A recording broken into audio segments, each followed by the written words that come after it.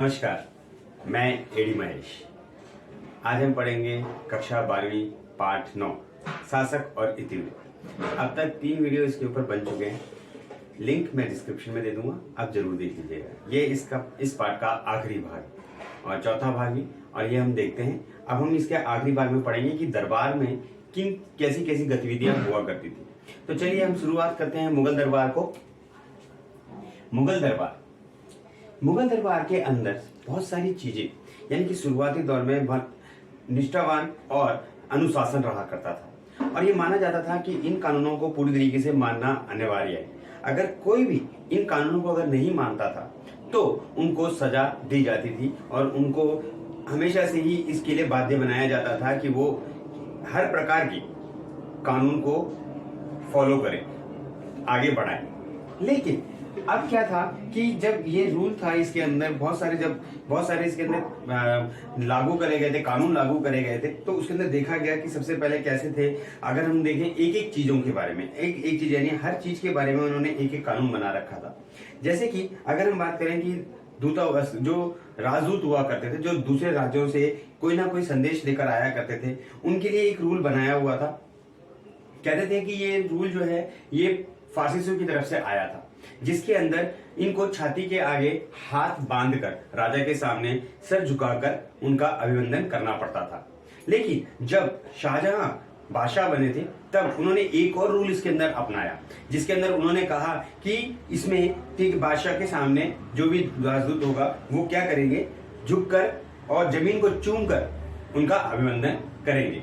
और यहाँ पर एक और बात देखने वाली बात थी कि यहाँ पर बताया गया था कि जैसे कि कोई भी व्यक्ति या कोई भी अधिकारी जितना झुककर अभिवंदन करता था, उससे उसकी हैसियत पता लगती थी कि वो किस हैसियत के अंदर दरबार के अंदर है, और इसी आधार पर ही उसकी हैसियत को तय किया करा करते थे। अब ये सब तो ठीक है, एक ही बात, लेकिन अब इन दरबार में 2 चीजें हुआ करती थी। एक थी दीवाने आम और दूसरा था दीवाने खास। अब इन दोनों में क्या फर्क था?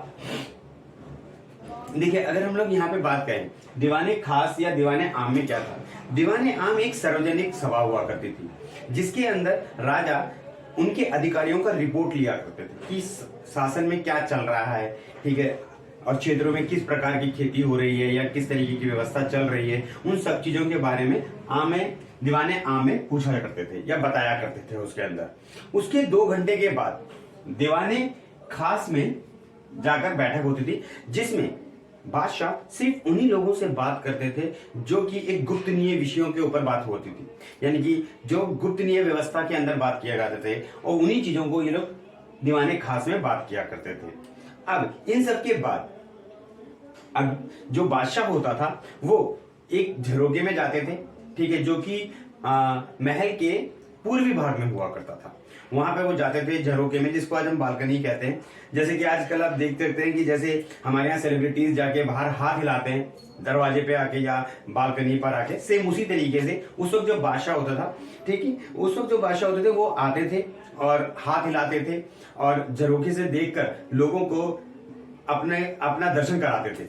और इस दर्शन को पाने के लिए व्यापारी, औरतें और बच्चे और बीमार लोग, ठीक है, हर प्रकार की व्यक्ति आया करते थे कि वो अपने राजा को देखने के लिए, बादशाह को देखने के लिए।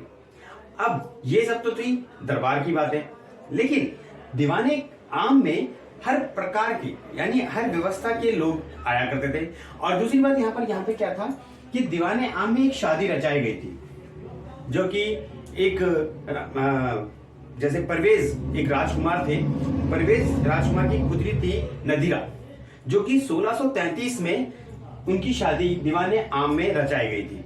दीवाने आम में शादी रचाने का मतलब ये था कि पूरे प्रांतों के लोगों को बुलाना, राजाओं को बुलाना, सभी लोगों को बुलाना और शाही विवाह करवाना। हाँ, इसको हम लोग शाही विवाह भी कह सकते हैं। इस विवाह में लगभग 32 लाख रुपए खर्च किए गए थे।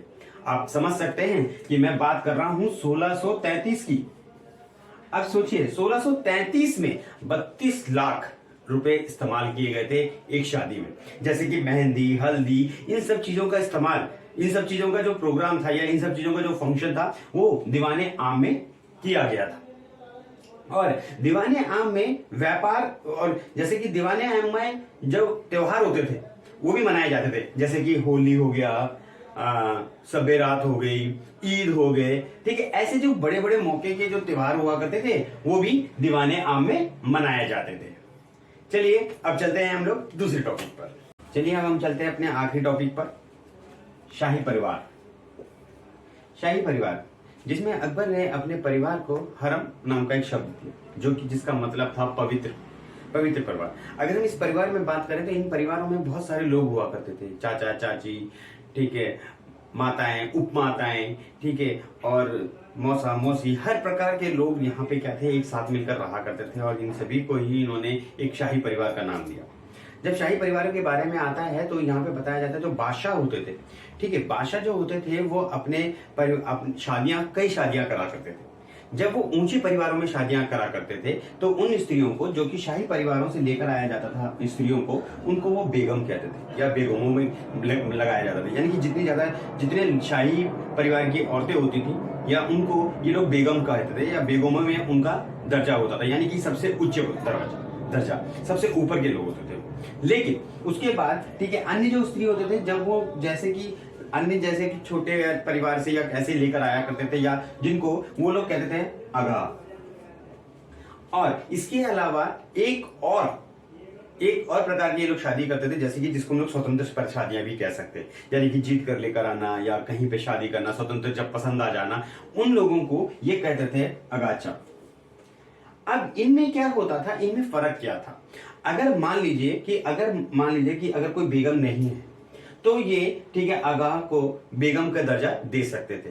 अगर मान लीजिए कि किसी बादशाह के पास 4 बीवियां नहीं हैं या नहीं होती थी तो वो लोग अगाचा को भी बेगमों का अधिकार दे दिया करते थे। अब यहां पर क्या होता है कि जो उपपत्नियां होती थी, यानी कि पत्नियां यहां पर क्या है, 3 है, बेगम, आगा और अगाचा।